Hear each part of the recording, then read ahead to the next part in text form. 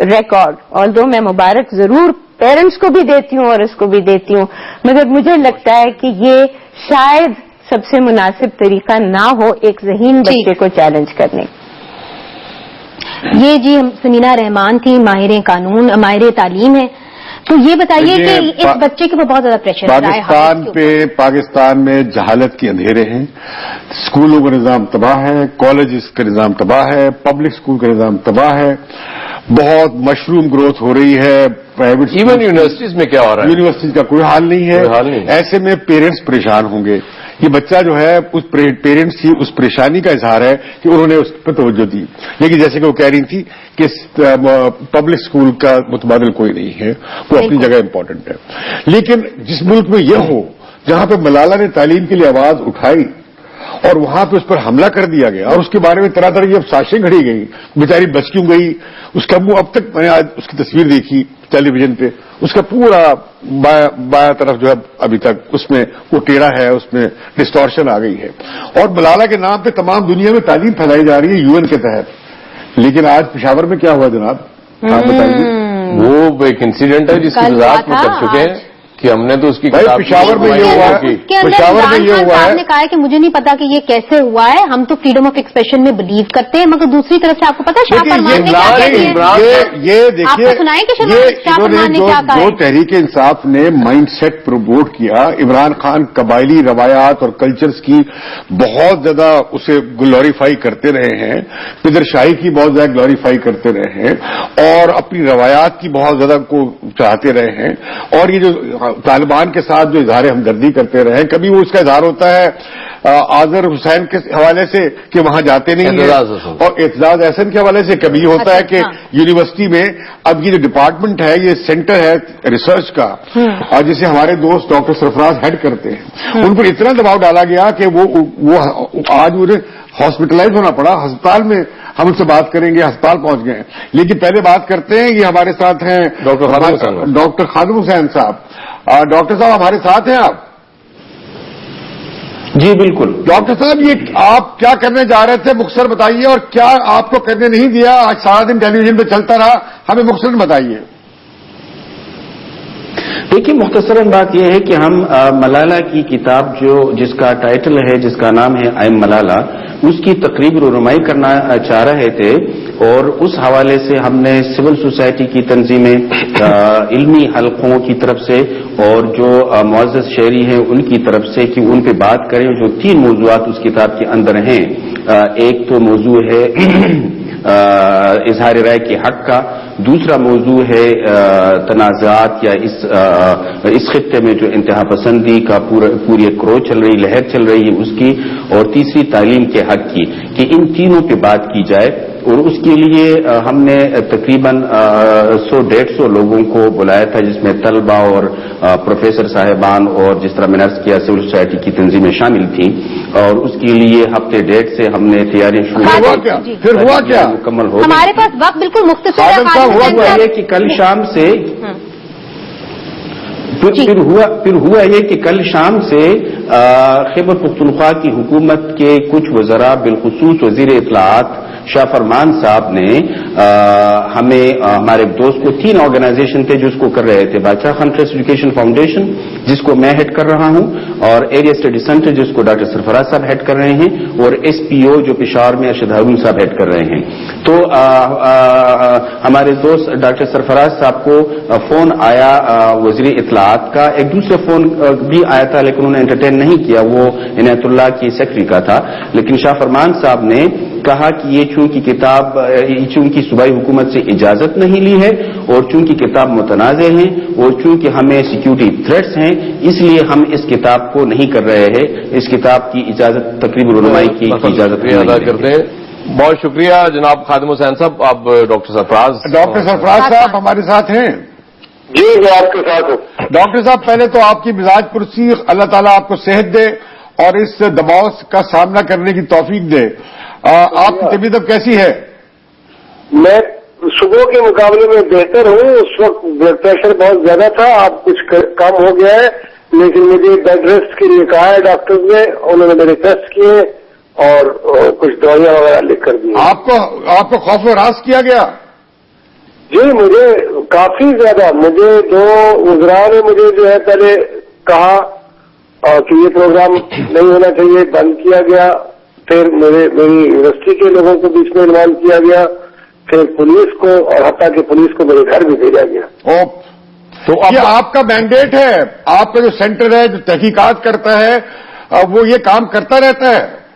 جی، میں area study centre جو ہے ایک خود مختار ادارہ ہے، یہ پاکستان کی جو پارلیمنٹ ہے اس کے ایکٹ کے نیچے بنا ہے، اور یہ کسی اور کو سوائے پارلیمنٹ کی جوابدہ نہیں ہے، اور اس کا میں ڈائریکٹر ہوں اور سیکرٹری ہوں، اور اس کا ایک بورڈ آف گورنر ہے جس کا چیئرمین اس کا کوئی صوبائی حکومت سے تعلق ہے؟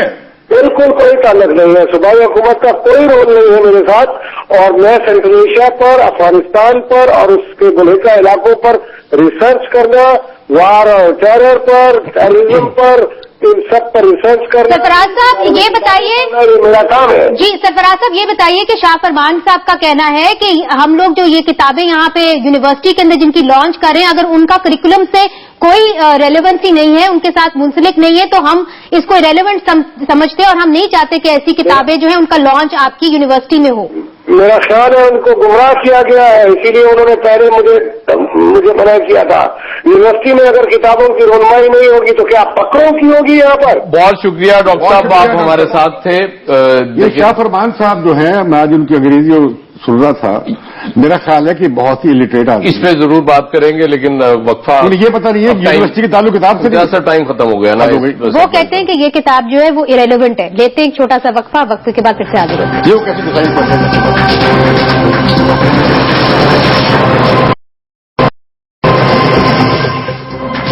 ویلکم بیک، آپ دیکھ رہے ہیں اچھا لگے برا لگے۔ آئیے دیکھتے ہیں کہ آج جماعت اسلامی کے امیر سید منور حسن کو اسامہ بن لادن کیسے یاد آئے۔ لیکن اب بھی اگر وہ جانے سے کترا رہے ہیں تو اس کا ایک بڑا سبب یہ ہے کہ ان کے جانے کے بعد کہیں اسامہ بن لادن زندہ نہ ہو جائے۔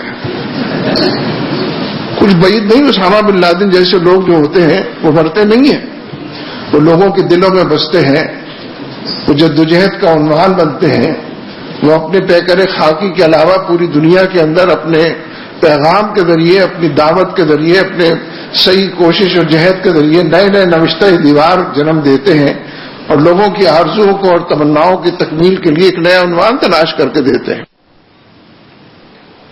کیوں جی آپ کے دلوں میں اسامہ بن لادن بس رہے ہیں کہ نہیں بس رہے ہیں آج؟ میں دیکھیے، جب ان کا بیان آیا تھا محسود کے بارے میں، حکیم اللہ محسود، حکیم اللہ محسود جب انہیں شہید قرار دیا تھا، اور جب سے یہ طالبان کے حمایتی بہت زیادہ بن کے سامنے آئے، تو کوئی بعید نہیں تھا کہ یہ جو بیان انہوں نے دیا مجھے حیرانگی نہیں ہوئی ہے۔ لیکن یہ جو جماعت اسلامی جو سید مودودی کی پیروکار ہے، اور جن کا سید مودودی کا جہاد کے اوپر اتنا واضح تصور ہے کہ پاکستان میں جو جتنی طرح کی دہشت گردی ہے اور جو جہاد کے نام پہ ہو رہا ہے وہ سب سید مودودی کے خیال میں اور قرآن اور سنت کی روشنی میں ان کے خیال میں سب بالکل غلط ہے۔ دیکھیں منور حسن صاحب، اور یہ جماعت اسلامی والے اس میں شامل ہوئے تھے، پہلے افغان جہاد میں شامل ہوئے تھے، امریکی ڈالر کافی آ رہے تھے وہاں سے، پھر یہ شامل ہوئے کشمیر جہاد میں، آپ کو یاد ہوگا 10 کروڑ روپے کی بات چلی تھی کہ میاں نواز شریف سے ملے تھے وہ کشمیر جہاد، لیکن پھر ان کی ایک ریورسل آئی۔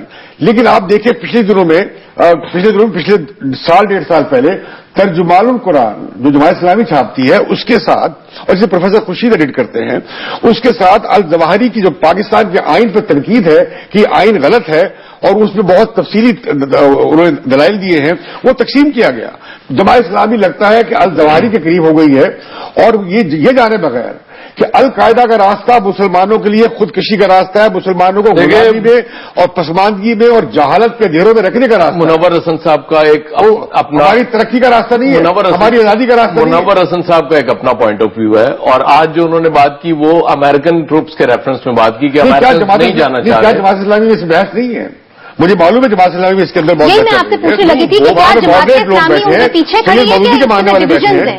میں سمجھتا ہوں ڈویژنز ہیں جماعت اسلامی کے اندر کہ سارے منور حسن کے پیچھے کھڑے ہیں۔ دیکھیے میرا خیال ہے کہ وہ اپنے امیر کا لحاظ کرتے ہیں۔ اچھا، ابھی یہ معاملہ آئے گا، وہ مذہبی جماعت ہونے کے باوجود ایک جمہوری جماعت ہے۔ دیکھیے ایک آپ دیکھیے نا، یا تو آپ مذہبی جماعتوں کو سب کا یہ مقدسہ ہے، یا وہ چلے جائیں پارلیمانی راستہ اختیار کریں، یا وہ جہادی راستہ اختیار کریں۔